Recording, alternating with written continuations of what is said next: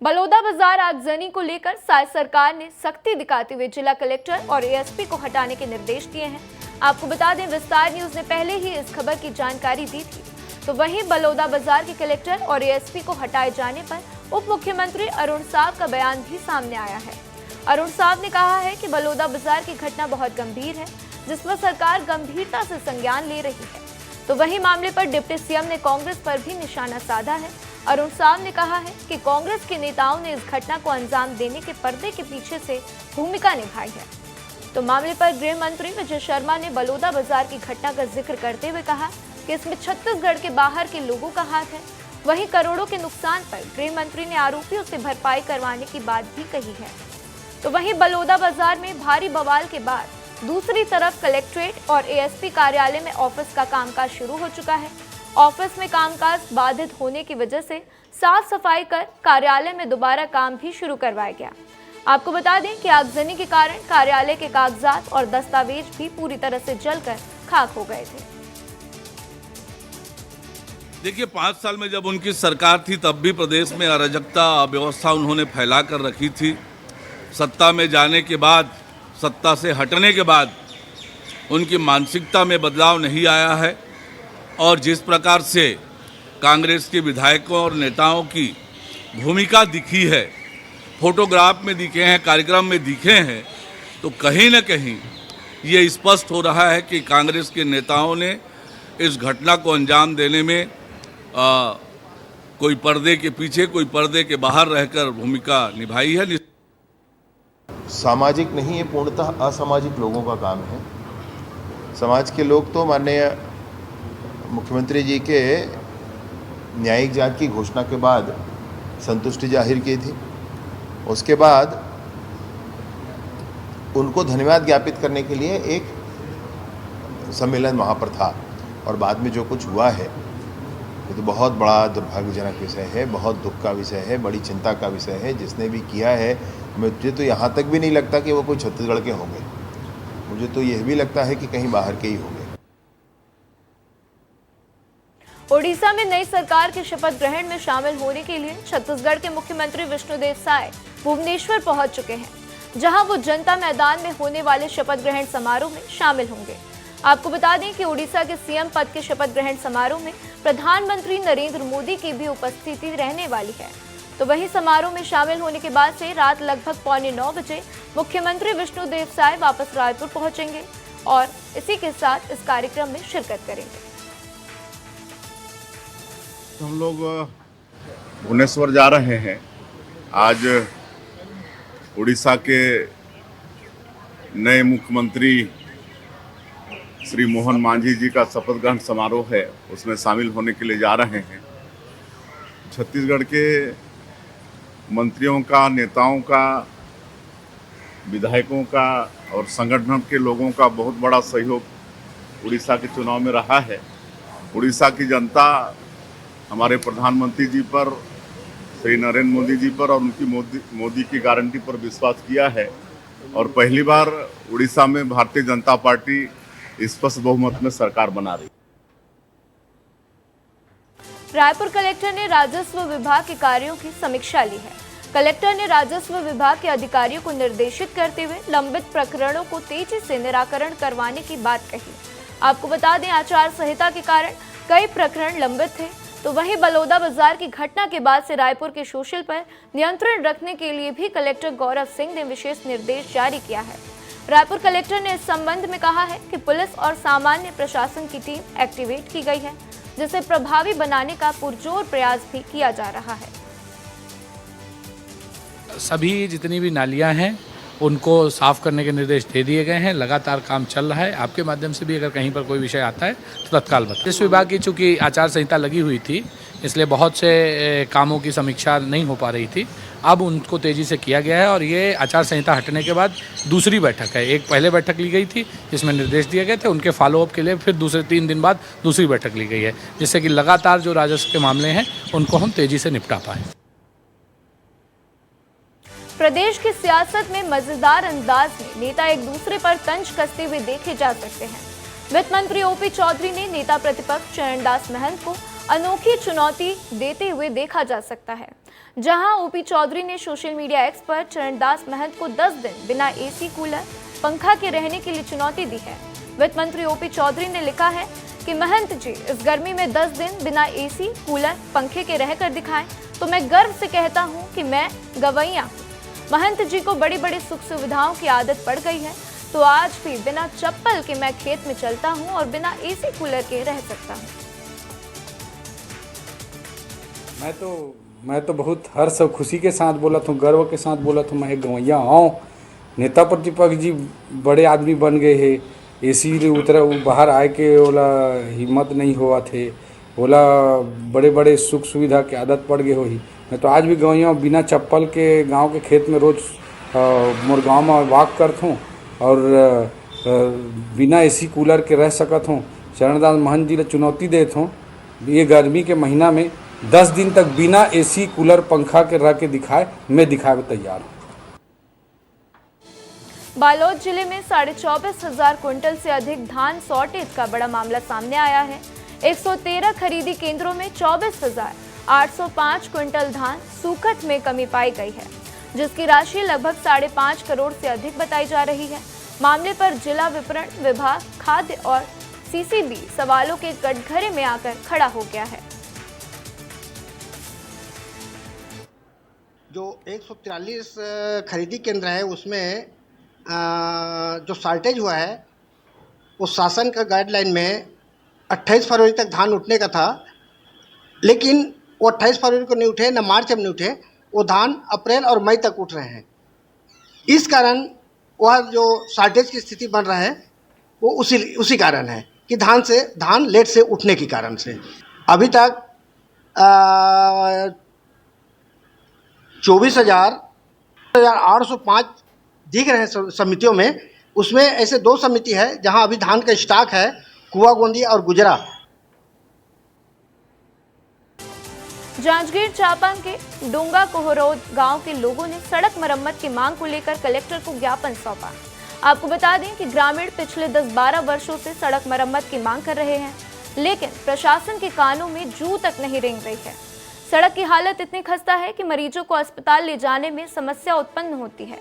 आक्रोशित ग्रामीणों ने जिला प्रशासन को 7 दिन का अल्टीमेटम भी दिया है और मांग पूरी न होने पर मुख्य मार्ग में चक्का जाम करने की चेतावनी दी है। रोड है इतना ज़्यादा खराब है कि हमन वाहन वाले में तो थोड़ा बहुत चली जाते, गड्ढा इतना है कि पैदल चलने वाला तो पैदल चल ही नहीं पाते। काम बूता तो हमन जैसे कि गांव घर से निकला था काम बूता खेत वेत जाए के लिए, तो हमन के लिए तो चले के लिए कुछ है नहीं है, एकदम गड्ढा है, बहुत ज़्यादा गड्ढा है, बड़े बड़े वाहन चलत है। कलेक्टर महोदय से मिले आ रहे हैं कि हमारे रोड के जो काम है वो कब के पास हो गए हैं, लेकिन आज तक नहीं बनाते। रिपेयरिंग होते कथे, लेकिन गड्ढा में मिट्टी ला ही पाड़ देते और गिट्टी ला पाड़ते तो वो तुरंत गिट्टी बड़े बड़े गाड़ी चलते तो तुरंत फेंका जाते, वो जेकर से रोज एक्सीडेंट होते और जान जाए के खतरा हेवाए। हमारा यहाँ निवेदन करे आए हैं कि रोड ला जल्द से जल्द बनाया जाए। जांजगीर चांपा में खनिज विभाग की बड़ी कार्रवाई हुई है, जहां रेत माफियाओं पर खनिज विभाग का शिकंजा कसा गया। आपको बता दें, प्रशासन द्वारा रेत का अवैध परिवहन करते हुए 10 हाईवा ट्रेलर जब्त किए गए हैं।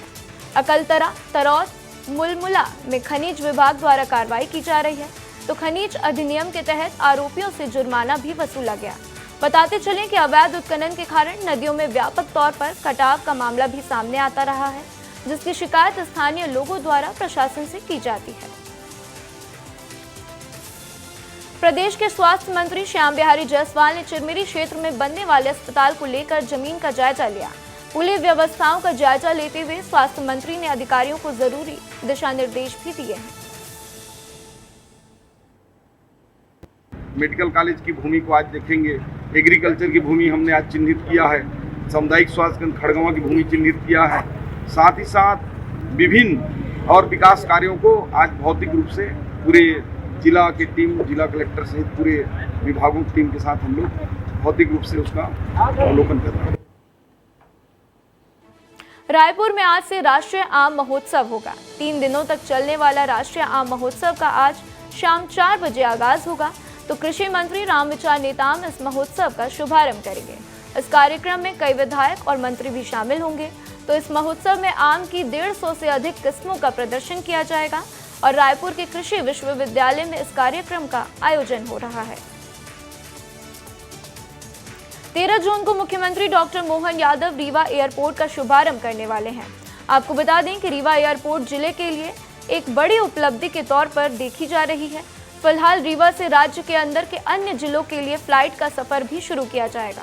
तो प्रमुख सचिव पर्यटन एवं प्रबंध संचालक एमपी टूरिज्म बोर्ड ने इस संबंध में कलेक्टर रीवा को पत्र लिखते हुए पैसेंजर्स को बोर्डिंग पास प्रदान करने को भी कहा है। तो मुंगेली जिले के 16 बेला में शिक्षा विभाग की जर्जर तस्वीर देखी जा सकती है, जहां क्लासरूम से लेकर शौचालय तक की सुविधा लचर हालत में है। आलम यह है कि खंडहर होते जा रहे भवन में बच्चे अपनी जान जोखिम में डालकर पढ़ाई कर रहे हैं। क्लासरूम की कमी, शिक्षकों की कमी, पीने के पानी की अव्यवस्था समेत विद्यालय में तमाम बुनियादी सुविधाओं का अभाव है। विस्तार न्यूज के संवाददाता ने विद्यालय की हकीकत से आपको रूबरू कराया है, सुनिए।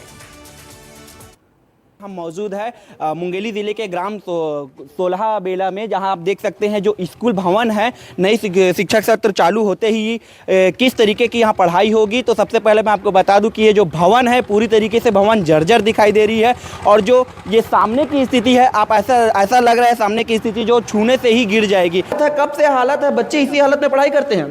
हाँ, इसी हालत में पढ़ाई करते हैं। तो 5-7 साल पुराना हो चुके जी। इसमें कभी मरम्मत होता है या कुछ होता है? अरे कहीं कहीं थोड़ा बहुत मरम्मत होता है यार, नहीं के बराबर। स्कूल की हालत कब से ऐसी है? बहुत दिन हो गया सर ऐसी है। तो आप लोगों ने इसके लिए कभी सरपंच को या यहाँ टीचरों को बोला है? बोले हैं सर, ध्यान नहीं देते हैं। क्यों नहीं बोलेंगे भाई, बोलते हैं। ये तो पूरा जर्जर हो गया स्कूल। यहाँ तो अभी बरसात में पानी टपके गए ऊपर से छत से। हाँ। कब से स्कूल इसने हुए? 7-8 साल। 7-8 साल से इसने हुए। तो तुम मतलब टीचर मान ला बोला नहीं कभी बनवाए पर या कुछ चीज पर? हाँ। तो क्या बोलते टीचर मान? अभी नहीं है मन, अब अभी नहीं बना, बहुत दिन के बाद बन की थे। और पूरा वहाँ से तार में करंट मारता है। करंट मारते हैं? हाँ। और बारिश वारिश होते तो कैसे रही थे? पूरा पानी पूरा किचकिचले हो जाए, पानी किचकिचले भरा जाते। ना तो यहाँ पे कोई बाउंड्री वॉल है, ना ही कोई सूचनात्मक बोर्ड है। अब देखना ये है कि स्कूल खुलते ही क्या जो जिला प्रशासन है या शिक्षक विभाग है इस पर किसी और ध्यान देता है या इसी तरीके से किसी बड़ी दुर्घटना की इंतजार करेगा। तो खबर शाहजहांपुर के शुजालपुर की है, जहां तहसीलदार पर रिश्वत मांगने का आरोप लगा है।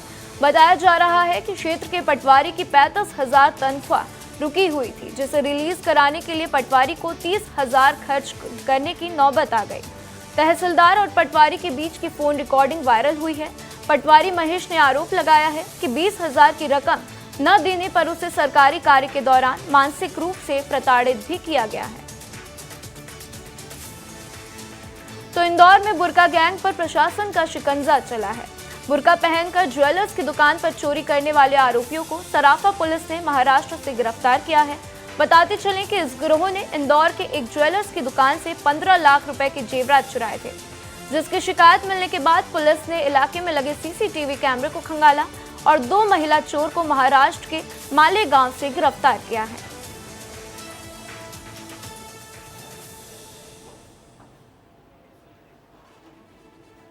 ये 6 तारीख को इवनिंग के टाइम में सराफा थाना अंतर्गत एक हमारे व्यवसायी हैं, ज्वेलर्स हैं, उनके यहाँ पे एक बड़ी चोरी हो गई थी। 2 महिलाएं जो बुर्का पहने हुए थी, उनके पास कुछ ज्वेलरी खरीदने के हिसाब से आई थी और उनको बातों में लगा के बिना कुछ सामान खरीदे और 500 रुपये उनको दिए कि ये कुछ उनके कान की बाली थी, उसको ठीक करवाना था कि हम अभी 15 मिनट में आते हैं मार्केट से, और वहाँ से चली गई थी। 15 मिनट बाद जब जो ज्वेलर्स हैं उन्होंने जब अपना सामान देखा तो मालूम चला कि लगभग 14-15 तोला सोना उनका गायब है। जो ज्वेलरी उन्होंने दिखाने के लिए दी थी, चूज करने के लिए दी थी, वो पूरा का पूरा एक पोटली गायब है।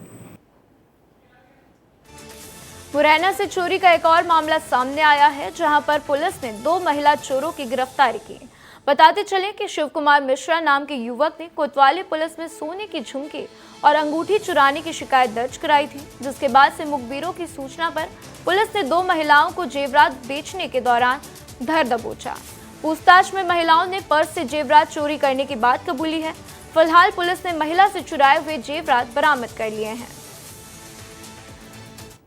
मुखबिर की सूचना पर हमको जानकारी मिली कि 2 संदिग्ध महिलाएं जो हैं वो चोरी का माल बेचने की फिराक में यहाँ वहाँ घूम रही हैं, जिसकी तस्दीक करने हेतु हमने टीम रवाना करी और रवाना करने पर उनको दस्तयाब करते हुए पूछताछ किया तो उनके कब्जे से एक अंगूठी और एक कान का झाला बरामद हुआ है, जिसमें हमने विधि अनुसार कार्रवाई कर आज न्यायालय पेश कर रहे हैं।